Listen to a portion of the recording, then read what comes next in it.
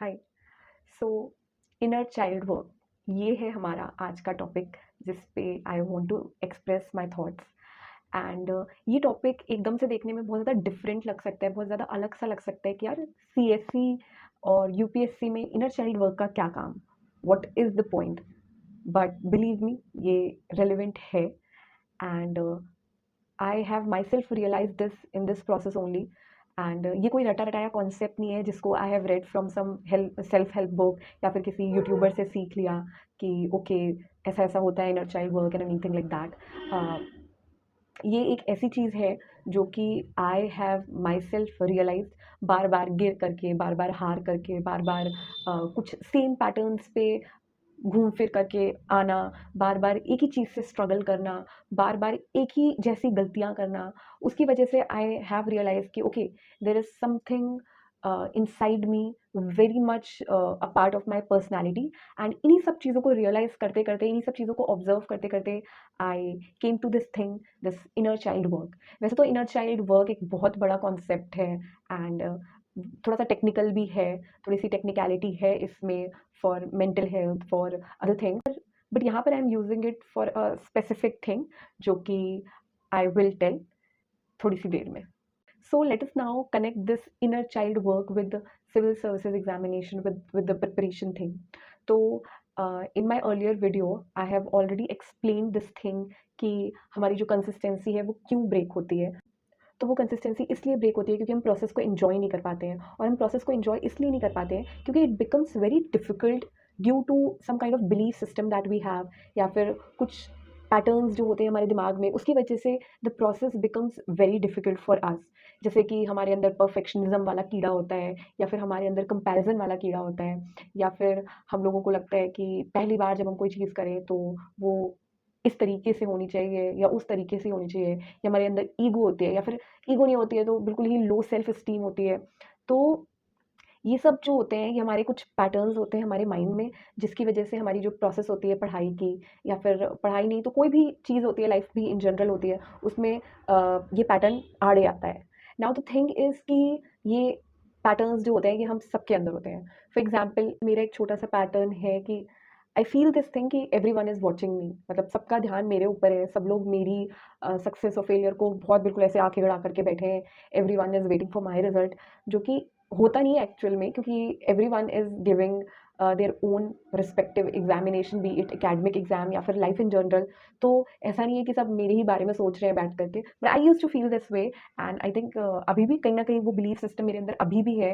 अभी भी बिल्कुल ऐसा नहीं है कि I have overcome that belief system, but काफ़ी हद तक आई नो कि okay this is a kind of pattern that I have, and इस वजह से I can help my self eight times जब ये बहुत ज़्यादा एक बड़ी प्रॉब्लम बन करके मेरे सामने आ जाती है।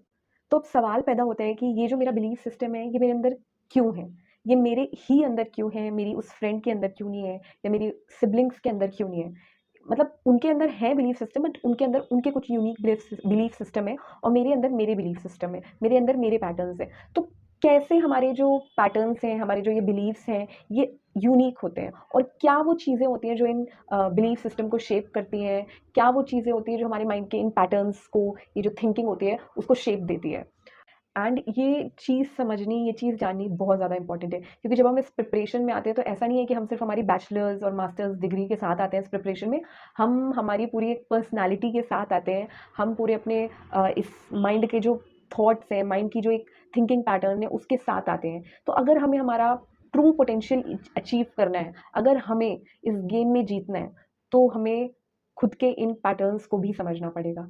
तभी हम इनके हिसाब से अपनी स्ट्रैटेजी बना सकते हैं, इनके हिसाब से हम अपने आप को डायरेक्शन दे सकते हैं और बेस्ट रिजल्ट्स पा सकते हैं। तो ये जो यूनिक पैटर्न्स होते हैं, ये जो यूनिक थिंकिंग होती है, यूनिक बिलीफ सिस्टम्स होते हैं, ये शेप होते हैं हमारी यूनिक एक्सपीरियंसेस से। हमारी जैसी भी अपब्रिंगिंग रही होती है, किस तरीके का माहौल हमारी फैमिली में रहा होता है, स्कूल में रहा होता है, सोसाइटी में रहा होता है, किस तरीके से हमारे रिलेटिव्स ने हमारे साथ बिहेव किया होता है, किस तरीके से हमारे फ्रेंड्स ने हम लोगों को ट्रीट किया होता है, किस तरीके की बुक्स को हमने रीड किया होता है, किन लोगों को हमने हमारा आइडल चुना होता है, किन लोगों को हमने टीवी पे देखा होता है, और ओवरऑल किस तरीके का कंटेंट हमने कंज्यूम किया होता है। तो जिस भी चीज़ों से, या जो भी चीज़ हम बचपन में सीख जाते हैं, जिन भी चीज़ों को हम बचपन में देखते हैं, वो हमारे अंदर बहुत ज़्यादा स्ट्रॉन्गली हमारी पर्सनैलिटी का पार्ट बन जाते हैं। और ये सारे पैटर्न्स, ये सारे बिलीफ सिस्टम इतना इतने ज़्यादा अनकॉन्शियसली हमारे अंदर आ जाते हैं, हमारा इसमें कोई भी कॉन्शियस रोल नहीं होता है। ये ऐसा नहीं है कि हमने अपने आप चूज़ किए होते हैं हमारे लिए, ये बस ऑटोमैटिकली आ जाते हैं। हमारा माइंड जो होता है वो एक स्पंज की तरह होता है and it just attracts, it just consume all of that thing और बिना हमारे कॉन्शियस डिसीजन के ये हमारा पार्ट बन जाते हैं। इनमें से कुछ बिलीफ सिस्टम्स, कुछ पैटर्न्स जो होते हैं वो तो हेल्दी होते हैं, वो हमारे अंदर एक पॉजिटिव एटीट्यूड क्रिएट करते हैं। बट कुछ ऐसे भी पैटर्न्स होते हैं जो नेगेटिव होते हैं, जो हमारी सक्सेस के आड़े आते हैं, जो हमें हमारा पूरा पोटेंशियल अचीव नहीं करने देते हैं। फॉर एग्जाम्पल, अगर आपके मन में एक ही थॉट रिपीटेटिव मोड पे बार बार आया जा रहा है, I am not good enough, I am not good enough, I am not good good enough, तो कहाँ से सक्सेस मिलनी है? अगर आप गुड इनफ नहीं हो, अगर आपको ऐसा लगता है कि आप गुड इनफ नहीं हो, तो सक्सेस तो मिलनी ही नहीं है। या या सक्सेस तो चलो अलग ही चीज़ है, आप अपना खुल के पोटेंशियल दे ही नहीं पाओगे अगर आप ये बिलीव करते हो that you are not good enough. तो इस तरीके से एक नेगेटिव और एक पॉजिटिव एटीट्यूड में डिफरेंसेस आते हैं एंड सुनने में शायद ये बहुत बड़ा ना लगे, बट ये चीज़ बहुत बड़ी है। ये आपके गेम को या तो बिगाड़ सकती है या बना सकती है। So now the question is कि क्या किया जाए? तो बस इतना किया जाए कि ये जान लिया जाए कि ये जो हमारे बिलीफ सिस्टम है, जो बचपने में आ गए थे, जो बचपन में हमारे अंदर आ गए थे, ये हमारी चॉइस नहीं थे, ये हमने चूज़ नहीं किए थे और ये हमारा सच भी नहीं है। फॉर एग्ज़ाम्पल, एक स्टूडेंट जो कि एकेडमिकली बहुत ब्राइट नहीं था, बट स्पोर्ट्स में बहुत अच्छा था, लेकिन उसको उसके एकेडमिक परफॉर्मेंस से जज करके उसके अंदर ये चीज़ डाल दी गई कि वो एक अच्छा पर्सन नहीं है, वो एक स्मार्ट स्टूडेंट नहीं है, वो लाइफ में कुछ कर नहीं पाएगा।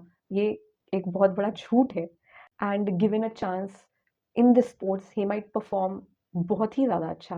सो ये इन टोटलिटी सच नहीं होते हैं, ये जो हमारे बिलीफ सिस्टम है ये टोटलिटी में सच नहीं होते हैं। ये सो कॉल्ड सोसाइटी के नॉर्मल्स होते हैं, उन नॉर्मल्स के बेसिस पे जजमेंट्स होते हैं और उन जजमेंट्स के जो कुछ कंक्लूजन्स होते हैं वो हमारे माइंड में बस जाते हैं कि ओके, मैं अच्छा हूँ या मैं बुरा हूँ, मैं ऐसा हूँ या मैं वैसा हूँ, जो कि सच नहीं होते हैं। हमारी जो पर्सनैलिटी है वो इवॉल्व करी है, हमारी पर्सनैलिटी मल्टी डायमेंशन होती है, हमारी पर्सनैलिटी को इतनी जल्दी जज नहीं किया जा सकता, बट ये बिलीफ सिस्टम वही कुछ जजमेंट्स होते हैं जो हमारे दिमाग में बस जाते हैं।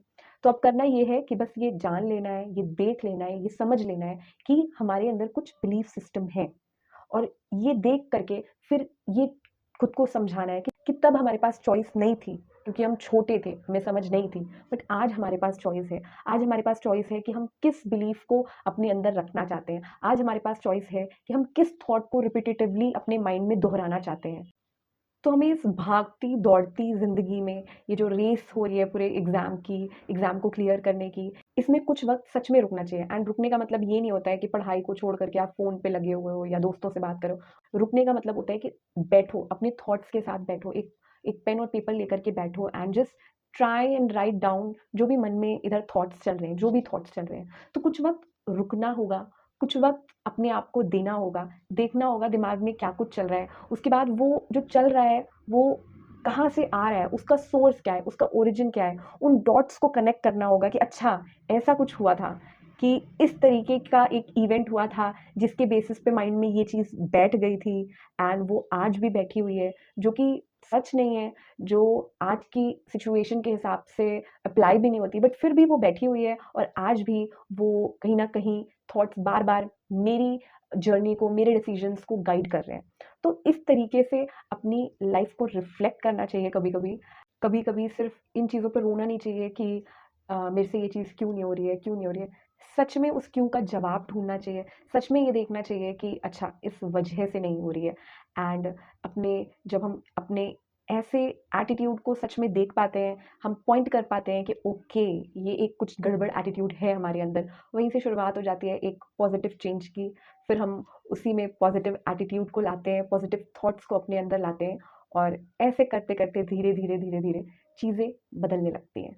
क्योंकि जो हमारा ये एटीट्यूड है, ये चाहे एक एग्ज़ाम हो, चाहे इन जनरल लाइफ़ हो, ये सबसे ज़्यादा इम्पोर्टेंट है इस लाइफ़ को शेप करने में। लाइफ़ में हम किस तरीके से रहेंगे, किस तरीके से परफ़ॉर्म करेंगे, हम खुश रहेंगे या दुखी रहेंगे, ये अल्टीमेटली हमारा किस तरीके का एटीट्यूड है लाइफ़ को लेकर के, इसी चीज़ पे डिपेंड करता है। इसलिए ये बहुत ज़रूरी है कि हम अपने उस इनर चाइल्ड के पास जाएँ, जहाँ से हमें वो एटीट्यूड मिला है एंड फिर हम वो वर्क करें उस छोटे से बच्चे का जो गलत एटीट्यूड किसी वजह से बन गया था, उस एटीट्यूड को सही शेप दें, एक सही एटीट्यूड सिखाएं उस बच्चे को, जो बच्चा हम सबके अंदर है। And I think this is what I call as inner child work. So do this inner work with your mind, with the child inside you, and make a shift in your mindset. I have been doing a lot of such works, and my work is still in progress, but I know for sure this has done beautiful transformation within me.